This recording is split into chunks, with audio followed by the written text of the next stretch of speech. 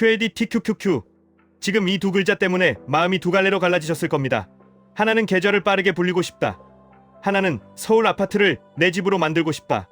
그런데 둘 다 바라보면서도 계속 제자리인 느낌. 이게 사람을 제일 지치게 만듭니다. 오늘은 그 감각을 끝내는 이야기로 시작하겠습니다. 서울 아파트는 단순히 비싼 게 문제가 아닙니다. 속도가 문제입니다. QLD TQQQ도 단순히 위험한 게 문제가 아닙니다. 구조가 문제입니다. 최근에 41살 두 아이 아빠를 봤습니다. 2002년식 올드카를 타고 다니는데 총 자산이 19억 5천 정도라고 합니다. 부채가 9억 정도, 순자산이 10억 4천 정도.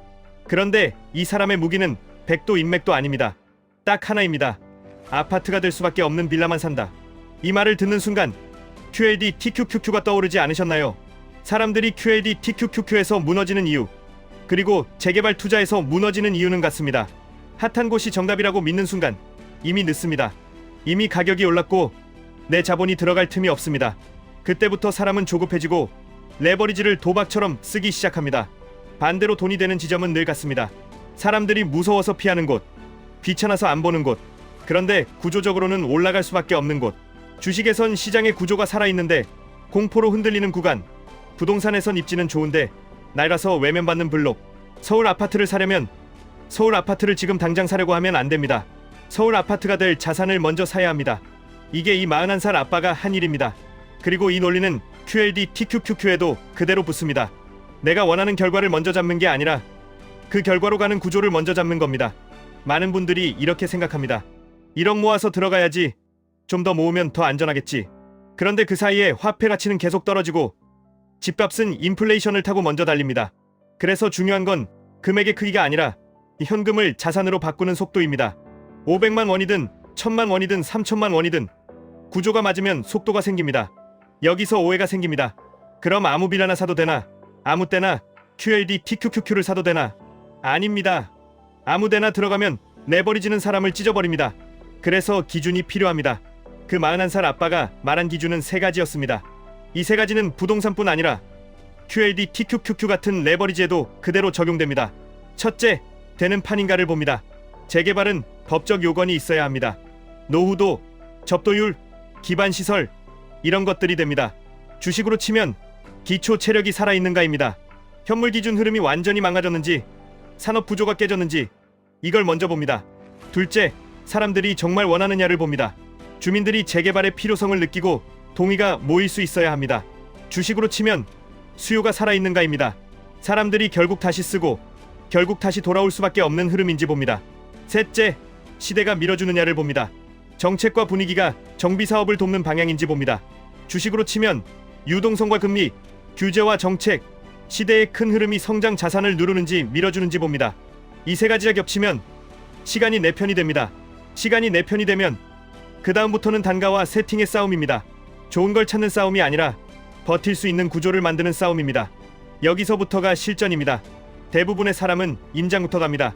주말에 돌아다니다가 감탄하고 마음만 흔들리고 아무것도 못 사고 돌아옵니다. QLD TQQQ도 똑같습니다.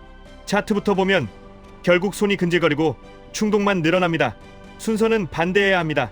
먼저 손품으로 후보를 줄입니다. 임장은 검증입니다. 감탄이 아닙니다. 손품 루틴은 이렇게 하시면 됩니다. 하루 20분이면 됩니다. 네이버 부동산에서 최저가 순으로 봅니다. 내 종잣돈으로 가능한 가격대만 봅니다. 그 다음 노후도를 봅니다. 여기서 핵심은 한 덩어리로 늙었는지입니다. 몇 채만 낡았으면 변화가 작습니다. 블록 전체가 낡았으면 묶일 가능성이 커집니다. 그리고 도로를 봅니다. 골목이 좁고 덩어리로 묶일 수밖에 없는 구조인지 봅니다. 큰 도로가 쫙 갈라놓으면 덩어리로 묶기 어렵습니다. 용도 지역도 봅니다.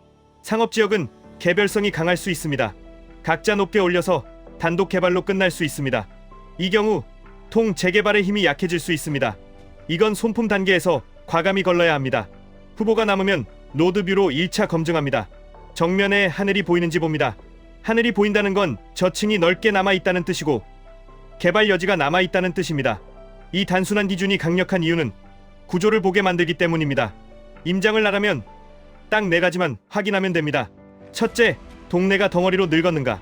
둘째, 도로와 골목이 덩어리를 묶을 수 있게 생겼는가.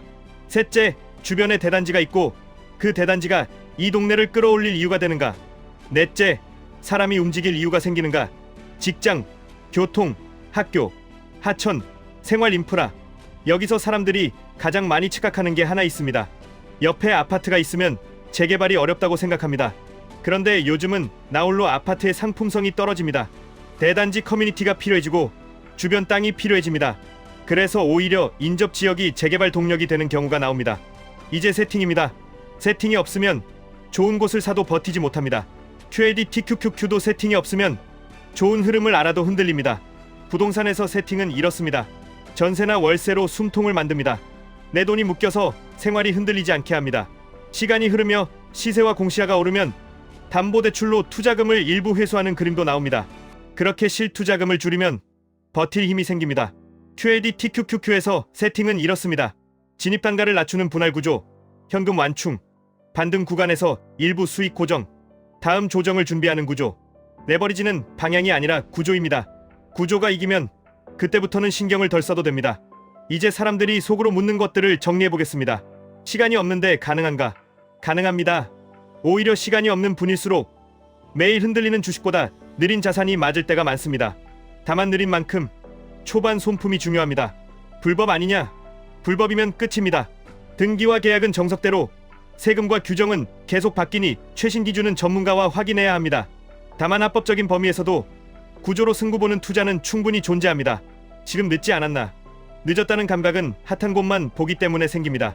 한남, 성수 같은 곳은 좋아도 내 돈이 못 들어가면 내 게임이 아닙니다. 내 게임은 내가 들어갈 수 있는 가격인데 구조적으로 좋아질 수밖에 없는 곳입니다. 몇 년 걸리나? 모릅니다. 그래서 세팅이 중요합니다. 몇 년이 걸려도 버틸 수 있게 만들어야 합니다. 그게 레버리지를 시간으로 쓰는 방식입니다. 지금 당장 할 수 있는 액션만 드리겠습니다. 일주일만 해보시면 눈이 달라집니다.